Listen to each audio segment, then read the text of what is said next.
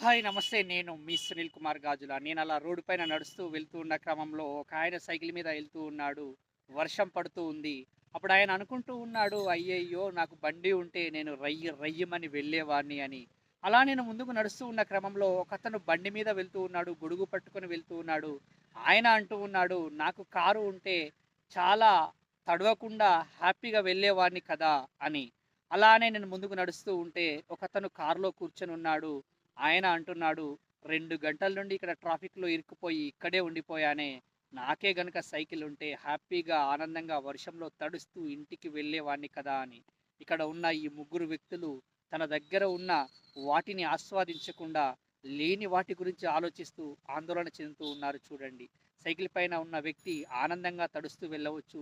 బండి పైన వెళ్తున్న వ్యక్తి రయ్యినా వెళ్తున్నా అని అనుకోవచ్చు. కారులో ఉన్న వ్యక్తి కంఫర్ట్‌ని కూడా అనుభవించలేకపోతున్నాడు.